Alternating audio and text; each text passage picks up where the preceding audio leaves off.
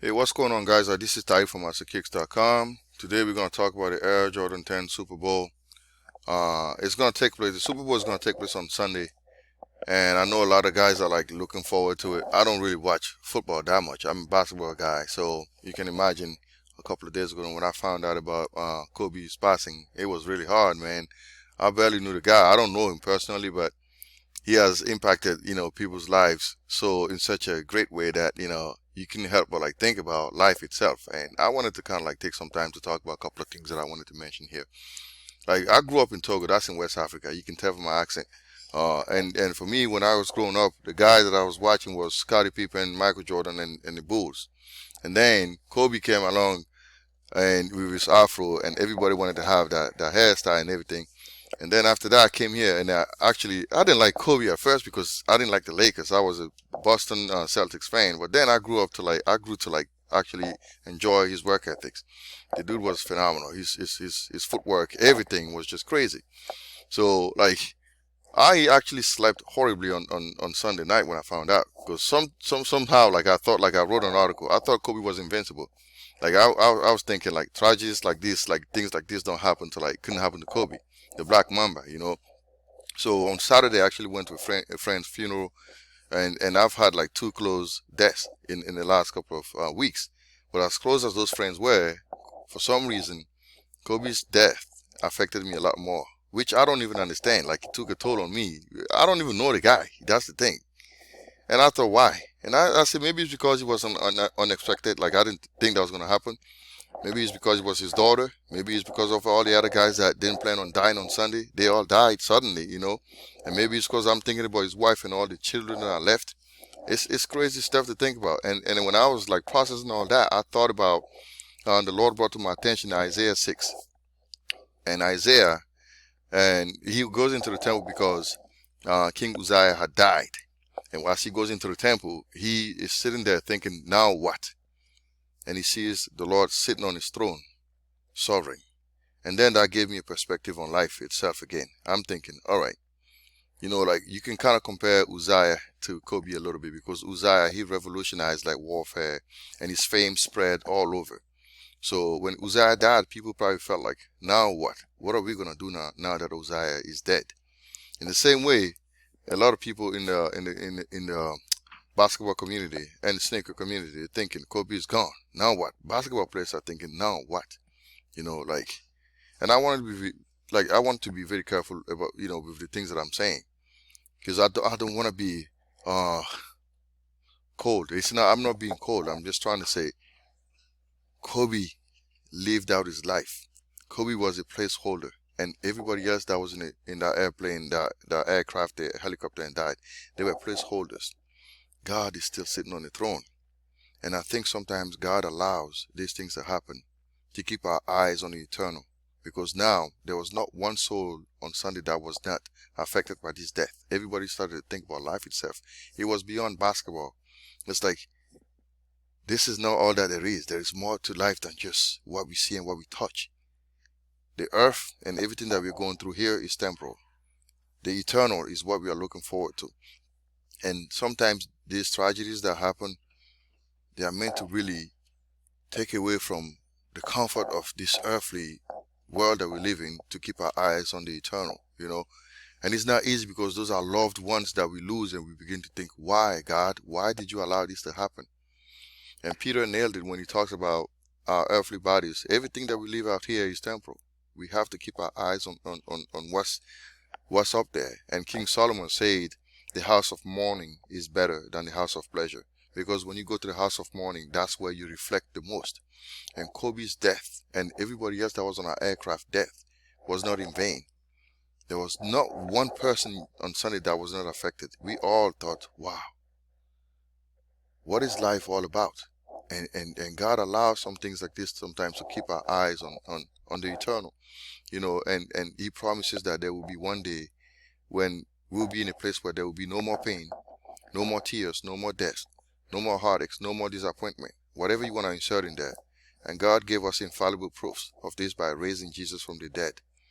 And if you want to know more about resurrection, I have like an article here that I wrote about the the veracity, the truth about the resurrection, it actually really happened. So tragedy is sometimes they take our eyes off earthly comfort so we can look toward the heavens. And the only memory that I want to keep of Kobe is these signature moves. I spent time watching this because I wanted to work on my triple threat position where, pass the ball, shoot it, and then show my fake and all that. I've watched this video like 10,000 times, and one thing I would say about Kobe is this: he truly lived out whatever you do it heartily as unto the Lord, because this man left everything on the floor and he lived out his life, and God called him back home. So again, until we see him again, thank you for what you've done, Kobe, and I hope you guys keep your eyes on the heavens and allow this time to take your eyes off the temporal and keep your eyes on what is more important. All right, now let's talk about the Super Bowl tanks. Now the shoe itself is the colorway is pretty much the palm trees, Florida. It reminds me of the LeBron low that dropped a few years ago. LeBron Palmer, whatever the shoe was called. So it's the same colorway, same color combination. So Nike did pretty good on it, and the numbers on it are really, really small. So let's talk about the numbers now. Let's go back. So now we want to talk. I don't have like that much data to work with, so this was really hard to do. So I just had to postulate a couple of things that I just had to say things that I didn't quite believe myself. So beside Nike, the only places that I get in the shoe are Shoepalace and Jimmy Jazz. So I don't know what kind of selection criteria Nike used, but it seems as if the brand was casting lots the old-fashioned way. They just say, hey, we're going to choose such and such, we're going to pick name randomly. So I think that's what happened. Now, the assumptions.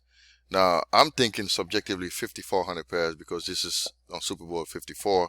But again, I still want to take a chance and assume that Nike will probably keep about 4/5 of the inventory and only give Jimmy Jazz, Shoepalace, and potential unknown stockists about 1/5 of the production. Now, the problem is how many pairs will be given to retailers. So what I did was I gave like Jimmy Jazz and Shoepalace 500 each, because those are the only two places that I know of that I get the shoe as of now. So if both of them are getting 500, their total is 1,000 pairs. And Nike's numbers will be just take that 1,000 and multiply that by 4, you get your 4,000. And then to get the total production, you can do a 4,000 plus 1,000, which is 5,000. And again, I put 40 here. That's stupid of mine. That's supposed to be 4,000. And if you take into consideration potential errors, I can stretch this number to like 6,000 pairs. So I'm thinking it's maybe between 55,000 to 6,000. Again, I gotta add my disclaimer. I don't work for the brand. Everything that I do is based on the assumption that I created myself. So please take everything with a grain of salt. Don't quote me on it saying, this guy said this is the reality. Nah, I'm just trying to give you like a picture of what may happen, because the shoe is definitely limited, because not even like third-party marketplaces have any data on it.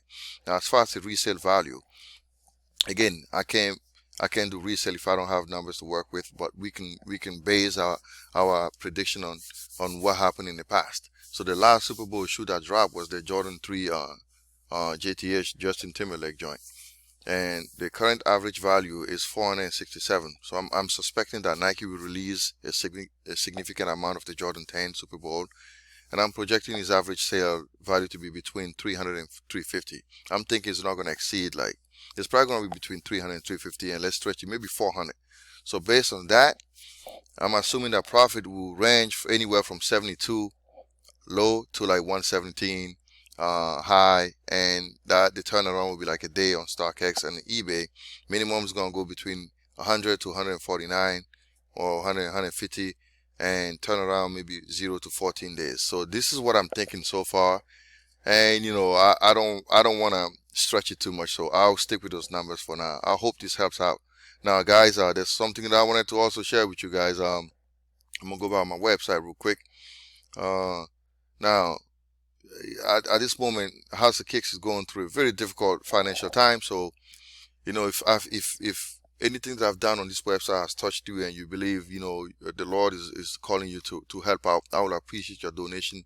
Whatever you want to give, 50 cents, $1, 25 cents, 10 cents, whatever you want to give to the website, please look at the description in the link below, and whatever you want to donate, I will appreciate it. You just go ahead and make your donation, because this is a critical time for me, and these things that I write, they take time, they take energy, they take a lot of thinking, and God has blessed me with this skill, and I will appreciate your support on this. And this is from me talking to you directly. If you believe God has laid it on your heart to give today, please do so. I would really appreciate it.